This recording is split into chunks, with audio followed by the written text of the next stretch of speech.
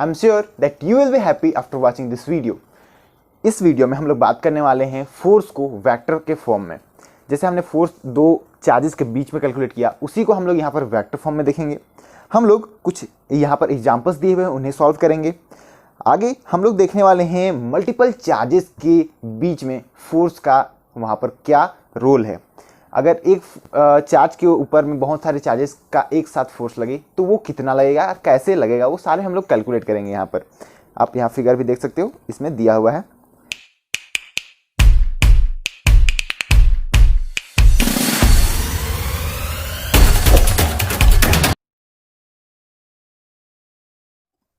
Hey learners, my name is Kushal Sahu and you are here on your favorite learning channel, The Science Teacher. Let's get started. हमारा पिछला video कुछ electric fields के properties के बारे में था, जिसमें हमने कूलम्ब्स लॉ तक किया हुआ था। हम वेक्टर क्वांटिटी के बारे में आज बात करेंगे, जो फोर्स है उसका। देखिए यहाँ पर लिखा हुआ है that since force is a vector it's better to write Coulomb's law in the vector notation. Force हमारे पास जो होता है, हम जब फोर्स लगाते हैं वो वेक्टर क्वांटिटी होता है, क्योंकि हम लोग उसमें मैग्नीट्यूड के साथ में एक डायरेक्शन हम लोग फोर्स अप्लाई करते हैं, तो उसमें डायरेक्शन भी होता है। ऑफ कोर्स हम लोग यहाँ पर उसे वेक्टर क्वांटिटी के रूप में यहाँ पर करेंगे ही। तो चलिए इसे देखते हैं। यहाँ पर कुछ नोटेशन दिए हुए हैं। चलिए एक वेक्टर फॉर्म में लाने के लिए दो चार्जेस लेते हैं, जिसे हम लोग कुछ एक्स वाई प्लेन के अंदर में लेंगे, ताकि हम ओरिजिन से उस चार्जेस का हम लोग यहाँ पर वो किस जगह पर है उसे हम लोग यहाँ पर इससे कैलकुलेट कर सकते हैं। तो Q1 जो चार्ज है उसका हम लोग यहाँ से दूरी लेते हैं R1 वेक्टर। यहाँ पर जब भी हम लोग बात करेंगे अभी किसी भी चीज़ का, तो हम लोग उसे वेक्टर नोटेशन में लिखेंगे, क्योंकि हम लोग यहाँ पर ओरिजिन से कितना दूर में है उसको हम यहाँ पर कैलकुलेट कर रहे हैं। मतलब इसका एड्रेस ये होगा। इसका R2 यहाँ से यहाँ तक के जो लाइन हैं उसके जो वेक्टर नोटेशन होंगे वो उतने होंगे। आप यहाँ पर देख सकते हो position vector of charge Q1 Q2 भी R1 एंड R2 रिस्पेक्टिवली। तो हम लोग यहाँ पर फोर्स को डिनोट करेंगे। फोर्स को डिनोट ऐसे करेंगे जैसे Q2 के वजह से Q1 में जो फोर्स लग रहा है उसे, जैसे Q2 की वजह से Q1 में इस साइड में फोर्स लगेगा या फिर इस साइड में फोर्स लग सकता है। अगर दोनों नेगेटिव है तो रिपल्सिव लगेगा तो उस साइड लगेगा, या फिर दोनों पॉजिटिव है तो रिपल्सिव लगेगा तो उस साइड लगेगा। और यदि दोनों उल्टा है तो यहाँ इस साइड में लगेगा ये फोर्स। इस Q2 में भी फोर्स लगेगा उस साइड में या फिर इस साइड में, उसे भी हम लोग यहाँ पर देखेंगे। तो force on Q1 due to Q2 को हम लोग F12 से यहाँ पर डिनोट करेंगे और इसे F21 से हम लोग यहाँ पर डिनोट करेंगे। तो इन दोनों के बीच का जो डिस्टेंस है वो दो तरीके का हम लोग यहाँ पर लिखेंगे। दो तरीके से, एक 1 से 2 का जो डिस्टेंस है उसे लिखेंगे, और 2 से 1, क्योंकि हम लोग यहाँ पर वेक्टर बात कर रहे हैं तो हम लोग उसमें डायरेक्शन भी रखेंगे। तो डायरेक्शन दो तरीके का हो सकता है। इस जो यहाँ पर डिस्टेंस ले रहे हैं, या तो इस साइड से उस साइड या फिर उस साइड से इस साइड। तो हम लोग यहाँ से यहाँ तक की दूरी, 1 से 2 में जाने वाली की दूरी हम लोग लिखेंगे R21। ठीक है, इस R21 का ये है इसका डायरेक्शन, और मैग्नीट्यूड तो इन दोनों के बीच का जो दूरी है वो। और इसका उल्टा इस साइड से इस साइड वाले को R12 हम लोग लिखेंगे, जो इससे ऑपोजिट होगा, इस साइड से इस साइड तक। दोनों का मैग्नीट्यूड सेम है बट डायरेक्शन ऑपोजिट है। अब हमारे पास में डायरेक्शन मिल गया, एक वो साइड एक ये साइड। बट जब हम लोग इसे डिनोट करेंगे तो हम सिर्फ डायरेक्शन को डिनोट करेंगे, ये नहीं डिनोट करेंगे कि उनके बीच का दूरी क्या है। या तो ये डायरेक्शन डिनोट करेंगे या फिर वो डायरेक्शन डिनोट करेंगे। तो सिर्फ डायरेक्शन को डिनोट करने के लिए हम लोग इसमें से मैग्नीट्यूड को हटा देते हैं। मैग्नीट्यूड को हटाने के लिए हम लोग क्या करेंगे, इससे मैग्नीट्यूड को डिवाइड कर देंगे। डायरेक्शन जो है इसमें डायरेक्शन भी है मैग्नीट्यूड भी है, इसमें हम लोग इसका सिर्फ मैग्नीट्यूड को डिवाइड कर देंगे। R21 vector divided by R21 vector का मैग्नीट्यूड। तो ये हमें सिर्फ इसका डायरेक्शन देगा, दैट इज R21 कैप। ये मैग्नीट्यूड बस रहेगा जो डिवाइड हमने किया है, और ये ओवरऑल हमें इसका सिर्फ डायरेक्शन मिलता है। उसी तरीके से अगर R12 का भी करेंगे तो R12 का जो वेक्टर है उसका डायरेक्शन हम लोग कुछ इस तरीके से R12 कैप से निकाल लेंगे। इसका मतलब होता है unit vector along R12 vector. मतलब इसका जो मैग्नीट्यूड होगा वो होगा 1 और इसका डायरेक्शन R12 के साइड में होगा। इतना बात अगर समझ में आ गई है तो आगे बढ़ते हैं। आगे हमें इसका फोर्स को कैलकुलेट करना है यहाँ पर। अब पहले हम फोर्स को लिखते थे F12 F21, उसी को अब हम यहाँ पर लिखेंगे कुछ इस तरीके से, F12 vector is equals to 1/4 pi epsilon naught. ये तो एज ऑलवेज हम लोग जैसे पहले लिखते थे, Q1 Q2 by R12 vector magnitude square. इसका सिर्फ यहाँ पर हम मैग्नीट्यूड की बात कर रहे हैं। यदि आप चाहो तो इस दोनों के बीच का डिस्टेंस को सिर्फ R भी ले सकते हो, तो यहाँ पर हमें लिखने में सहूलियत होगी। यहाँ हम लिख देंगे R, जो कि इक्वल होगा इसके मैग्नीट्यूड का। और लास्ट में हम लोग लिखेंगे यहाँ पर, आई थिंक यहाँ पर थोड़ा सा जगह छोटा पड़ रहा है, डोंट वरी, हम यहाँ लिखेंगे F12 vector equals 1/4 pi epsilon naught Q1 Q2 by R into R12 vector cap. तो इससे क्या हुआ कि ये डायरेक्शन को दिखा रहा है 1 2 की तरफ, मतलब 1 से 2 की तरफ यहाँ पर फोर्स लगेगा इस चार्ज पर। फोर्स ऑन 1 ड्यू टू 2, सिर्फ हम लोग इस चार्ज की बात कर रहे हैं अभी, तो इसके वजह से फोर्स लगेगा इस डायरेक्शन पर। अब आपको एक बात यहाँ पर ध्यान में रखना है कि हमारे पास में चार्ज दो तरीके के हैं। अगर सेम टाइप्स ऑफ चार्ज होते हैं तो वो रिपल्सन होता है, और अपोजिट टाइप्स ऑफ चार्ज होते हैं तो अट्रैक्शन होता है। तो यहाँ पर अगर सेम टाइप्स ऑफ चार्ज होंगे तो ये मैग्नीट्यूड सेम रहेगा, ये रिपल्सन होगा, मतलब Q1 जो है वो रिपल्सन की ओर जाएगा, 1 2 की ओर, ठीक है। और अगर ये चार्ज अपोजिट हो गया तो इसमें दोनों अपोजिट हो गया तो एक प्लस होगा एक माइनस होगा, तो दोनों में से एक माइनस बाहर आ जाएगा, और वो 1 2 जो वेक्टर है, 1 2 जो वेक्टर है, ये 1 2 वेक्टर इसके अपोजिट साइड में लगेगा, ठीक है। तो अभी जो फोर्स लग रहा है 1 2 वाला, अगर दोनों को हम लोग पॉजिटिव माने, दोनों पॉजिटिव है, तो फोर्स लग रहा है यहाँ इस 1 2 वाले में। ये 1 2 का डायरेक्शन जो है उसी डायरेक्शन में फोर्स लग रहा है। और अगर यहाँ पर हम लोग इसमें एक को माइनस ले लेते हैं, चलिए, तो ये Q1 का वैल्यू मान के चलिए माइनस है और Q2 का वैल्यू प्लस है, तो दोनों में से एक का वैल्यू माइनस हो जाएगा, तो ओवरऑल वैल्यू माइनस ऑफ हो जाएगा। तो minus of this vector is equal to minus of R12 cap. हम लोग माइनस को वहाँ ले जाते हैं, तो माइनस वहाँ ले जाने से ये उसका अपोजिट है, जो डायरेक्शन है उसका अपोजिट है, तो ये 1 2 के डायरेक्शन में नहीं 2 1 के डायरेक्शन में जाएगा। अगर आप इसे वेक्टर फॉर्म में देखो तो आपको जैसे R12 वेक्टर ये जो है ये अपोजिट है R21 वेक्टर के, तो हम लोग कुछ इस तरीके से इसे लिखते हैं, इसीलिए ये उल्टा हो जाता है। अब हम बात करेंगे फोर्स ऑन चार्ज Q2, मतलब कि इस चार्ज पर फोर्स। तो ये सारा कंप्लीट हो गया, हम अब आगे देखते हैं।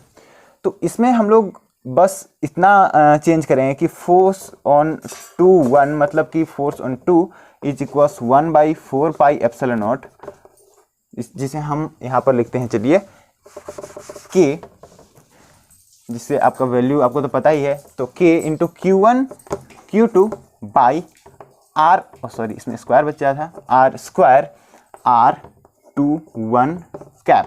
तो अभी भी सेम कंडीशन, इसके साथ में भी वही कंडीशन होगा। नाउ मूविंग ऑन, हमारे पास में दो फॉर्मूला हो गए, F12 F21। आपको यहाँ पर एक बात ध्यान में रखना है कि F21 जो है ये इसके डायरेक्शन और F12 का डायरेक्शन दोनों अपोजिट है, तो F12 vector is opposite of F21 vector. ये न्यूटन्स थर्ड लॉ को यहाँ पर सेटिस्फाई करता है। इसमें जितना फोर्स ये लगाएगा उतना ही ये भी इस पे फोर्स लगाएगा। अगर ये थोड़ा होच-पोच ना हो गया हो, अगर आपको समझ में आ गया हो, देन वी विल मूव। आप यहाँ से देख सकते हो that Coulomb's force law between 2 point charge Q1 and Q2 located at R2 then expressed as, ये जो मैंने आपको यहाँ पर लिखा, और ये कहता है कि दोनों साइन के लिए ये वैलिड होगा, Q1 और Q2 का जो भी वेदर पॉजिटिव और नेगेटिव जो भी होगा उसमें से ये वैलिड होगा। और R21 is equal to R 1 2, यहाँ पर वेक्टर नहीं है, आपको ध्यान में रखना है। तो ये सिर्फ मैग्नीट्यूड को दिखा रहा है, यहाँ पर r जो है सिर्फ मैग्नीट्यूड को यहाँ पर शो कर रहा है। यहाँ जो बोल्ड वाला r दिख रहा है ना, तो सारा बोल्ड जितना है वो सारे बोल्ड वाले वेक्टर हैं, और जो यहाँ बोल्ड नहीं है वो नॉर्मल उसका सिर्फ मैग्नीट्यूड है। आगे बढ़ते हैं, यहाँ पर देख सकते हो आप जो सेकेंड वाला फॉर्मूला मैंने लिखा वो यहाँ पर है। दस Coulomb's law agrees with Newton's third law.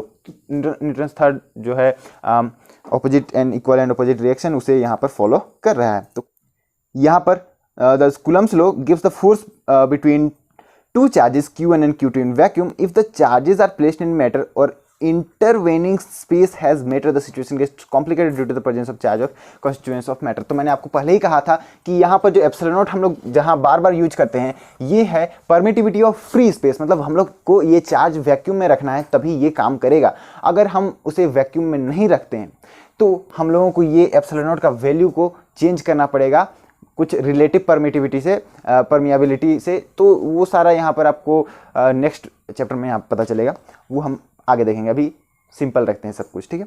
अब बढ़ते हैं एग्जांपल्स की ओर।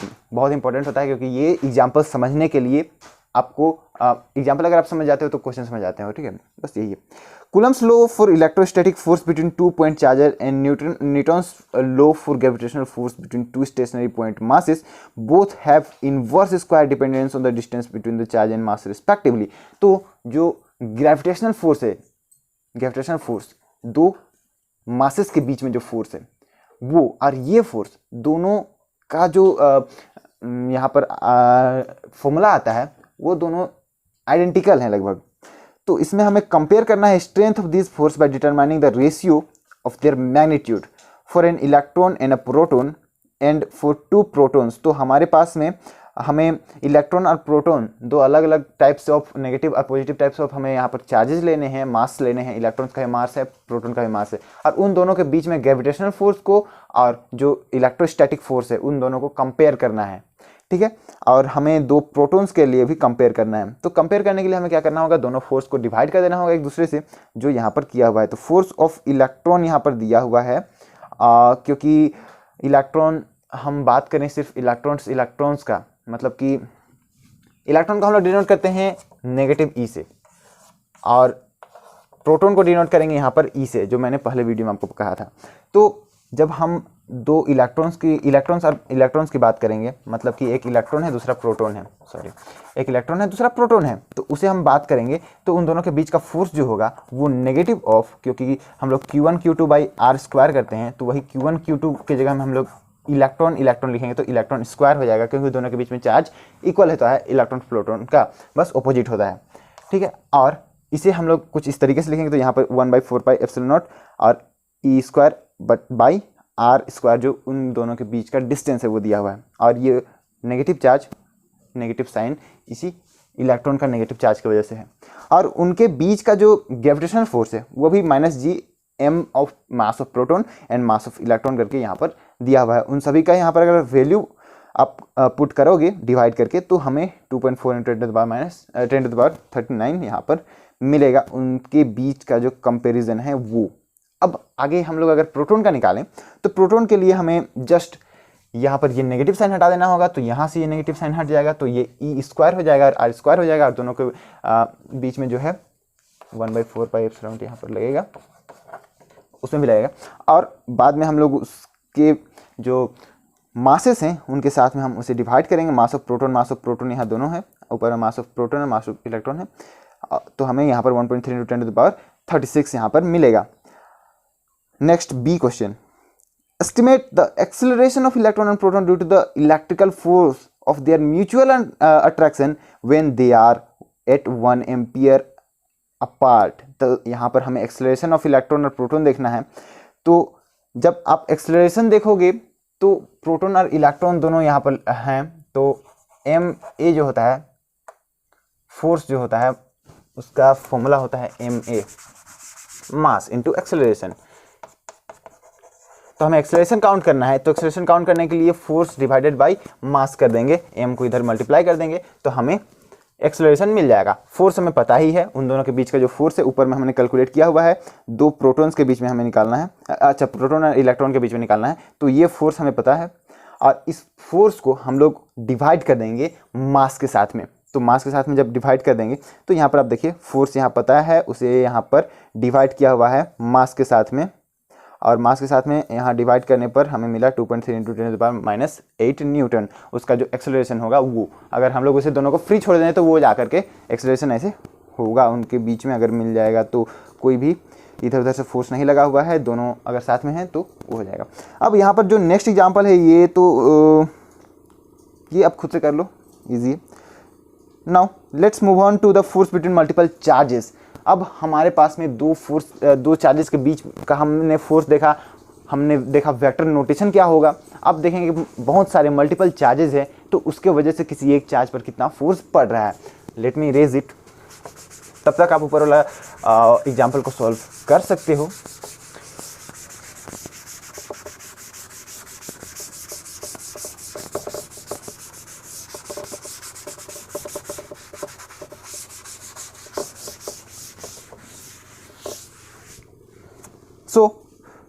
हमारे पास में जो भी चार्जेस हैं वो चार्जेस एक दूसरे को अगर हम लोग साथ में रखते हैं तो अफेक्ट करते हैं, लेकिन जब हमारे पास में मल्टीपल चार्जेस हैं तो मल्टीपल अफेक्ट करेंगे किसी एक चार्ज पर। मान के चलिए ये चार्ज है Q1, इस पर इन सभी चार्जेस के वजह से कितना रिपल्सन या अट्रैक्शन दोनों मिला करके या फिर कितना सारा इसमें फोर्स लग रहा है, और वो सारा फोर्स को कैलकुलेट करके अगर हम ऐड कर दें तो हमें टोटल फोर्स मिलता है। ये आपको यहाँ पर पता चलेगा। देखिए ये Q1 है, ये Q2 है, ये बहुत सारे फोर्स हैं, Q4 अप टू Qn है, बहुत सारे फोर्स हैं, ठीक है। अब इस पर फोर्स लगेगा इस Q2 की वजह से। मान के चलिए ये रिपल्सिव फोर्स हुआ, इस Qn की वजह से इसमें लगा कुछ इस तरीके का फोर्स, इस Q4 की वजह से ये अट्रैक्टिव मान के चलिए यहाँ पर फोर्स लग रहा है, इसके वजह से तो बहुत सारे फोर्स मिल करके यहाँ पर जो टोटल मैग्नीट्यूड आएगा वही इसका फोर्स का होगा। यहाँ पर आप देख सकते हो इस उसी पॉइंट चार्ज के यहाँ पर बात कर रहे हैं हम लोग। ये Q1 जो है वो Q1 है और उसके वजह से फोर्स लग रहा है, ये टोटल फोर्स हो रहा है F1। और बाकी आपको यहाँ पर जो दिख रहा होगा बाकी सारे जितने डॉट्स, वो डॉट्स यहाँ पर दूसरे चार्जेस की वजह से जो फोर्स लग रहे हैं उसको शो कर रहा है। तो चलिए यहाँ पर हम लोग देखते हैं कि ये फोर्स क्या होगा, उसे हम लोग थोड़ा सा डिनोट भी करेंगे ताकि हमें कैलकुलेट करने में इजी हो। तो सबसे पहले आप देखिए, हमने पहले देखा कि अगर इस किसी चार्ज के ऊपर में किसी दूसरे चार्ज की वजह से फोर्स लगता है तो हम लोग उसे लिखते हैं force on Q1 due to Q2। ये हो गया 1-2 का जो फोर्स लगेगा वो। Q4 की वजह से जो फोर्स लग रहा है उसे हम लोग फोर्स ऑन 1 ड्यू टू 4 कुछ इस तरीके से लिखेंगे, और इसका डायरेक्शन भी है तो इसे हम लोग वेक्टर फॉर्म में लिखेंगे, ठीक है। और यहाँ पर जो Q2 है उसके वजह से भी यहाँ फोर्स लग रहा है तो ऐसा 2 वाला लिख लिया है हमने यहाँ पर। चलिए इसे 3 बना देते हैं और इसे लिखते हैं फोर्स ऑन 1 ड्यू टू 2। उसी तरीके से यहाँ पर force on 1 due to n भी है। तो हमें जब टोटल फोर्स निकालना होगा ना तो टोटल फोर्स हम सभी फोर्स को ऐड कर देंगे और जो टोटल मैग्नीट्यूड और डायरेक्शन आएगा जो टोटल में आएगा वो होगा इसका जो फाइनल फोर्स होगा उस चार्ज Q1 के अंदर में वो होगा। तो चलिए हम लोग इसे यहाँ पर कैलकुलेट करते हैं क्या हो सकता है। तो यहाँ पर हम थोड़े से कम फोर्स लेंगे, यहाँ पर दो फोर्स के साथ में एक बार करते हैं, उसके बाद में हम लोग काउंट करेंगे कि बाकी जितने सारे फोर्स होंगे उससे हम लोग रिलेट करके उसे फॉर्मूला में कन्वर्ट कर देंगे। तो ये Q1 था हमारे पास में, इसमें चलिए मान के यहाँ पर कि Q2 है और यहाँ Q3 है और एक Q4 भी है। अब इसमें इसका फोर्स जो है कुछ इस तरीके से है, इसमें इससे इसका फोर्स इस तरीके से है, इससे इसका फोर्स इस तरीके से है। अब टोटल फोर्स यहाँ पर निकलेगा कुछ उस डायरेक्शन में, कुछ उस डायरेक्शन में खिंचा हुआ है, कुछ इस तरह, और इसका जो लेंथ है वो इसका मैग्नीट्यूड को शो करता है। जितना लंबा यहाँ पर वेक्टर का नोटेशन होगा उतना ज़्यादा उसका मैग्नीट्यूड होता है। तो इसके वजह से लेट्स सी कि जो फाइनल फोर्स हमें मिलेगा वो कुछ ये मिलेगा। इसे हम लोग F1 से डिनोट करते हैं, और ये है F14, ये है F13, ये है F12। हमें फाइनल फोर्स निकालना है F1 को कैलकुलेट करना है। तो F1 is equals F12 plus F13 plus F14, ये हमें फाइनल फोर्स ये मिलेगा। अब इसे कैलकुलेट करते हैं। ध्यान से देखिएगा, क्या करना है कि इन दोनों के बीच का हमें डिस्टेंस निकालना है, क्योंकि ये सारे हम लोग ओरिजिन से कुछ डिस्टेंस पे रखे हुए हैं।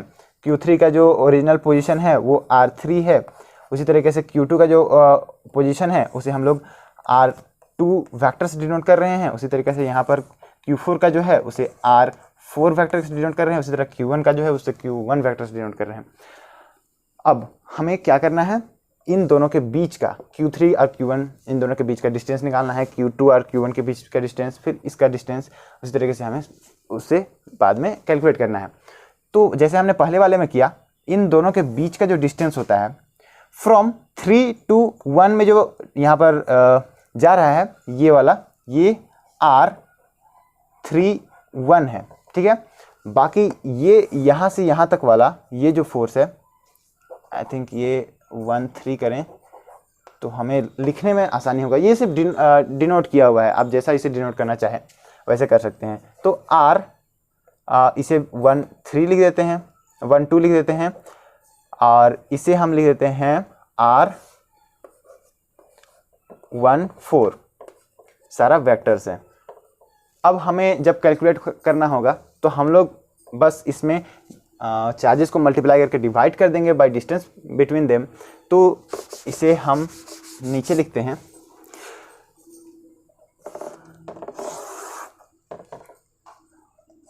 F12 जो है, F12 वेक्टर वो हमें मिलेगा 1/4 पाई एप्सिलॉन नॉट Q1 जो Q1 है into Q2 divided by Q1 into Q2 divided by R12 square. ये यहाँ पर वेक्टर नहीं है, उसका सिर्फ मैग्नीट्यूड है, और इसका डायरेक्शन क्या होगा, R12 कैप, ठीक है, R12 कैप।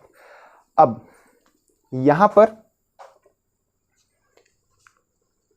ओके, सो अगर हम इसे 1-2 लिख रहे हैं, 1-3 लिख रहे हैं, तो हम लोग इसे, इसका जो वेक्टर है उसे हम लोग इस डायरेक्शन में कर देते हैं, क्योंकि यहाँ पर जो डायरेक्शन है वो इस साइड में होगा। इसका 1 से 2 होगा, इसका भी 1 से 3 होगा, इसका 1 से 4 होगा, ठीक है। अब 1-2 कैलकुलेट हो गया। F13 अगर कैलकुलेट करें तो हमें मिलेगा 1/4 pi epsilon naught Q1 Q3 by R13 square into R13 cap. I hope you are able to see this. यहाँ पर 4 की वजह से होगा 1-4 वेक्टर इज इक्वल टू जो 1/4 पाई एप्सिलॉन नॉट है K into Q1 Q4 by R14 square into R14 cap. Okay, now हम इन सभी को ऐड कर देंगे, F13 F14 F12 इन सभी को ऐड करके ये F1 निकालेंगे। तो ऐड करने के लिए हमें ज़्यादा कुछ है नहीं, इसे मैं इरेज कर देता हूँ।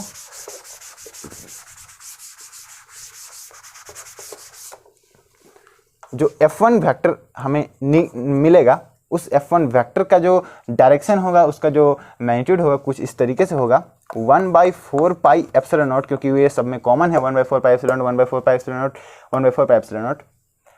तो उसे हम लोग बाहर निकाल लेंगे Q1 Q2, तो Q1 भी यहाँ पर कॉमन है, Q1 को भी बाहर निकाल लेंगे। Q2 यहाँ पर अलग है by R12 square, R12 cap, उसके बाद में प्लस में Q3 R13 square, R13 cap, उसके बाद में Q4 R14 square, R14 cap. ये इसका फाइनल यहाँ पर हमें फॉर्मूला मिल जाएगा। इसमें से आपको समझने में दिक्कत हो रही, आप यहाँ पर से देख सकते हो, इसे स्क्रीनशॉट कर सकते हो।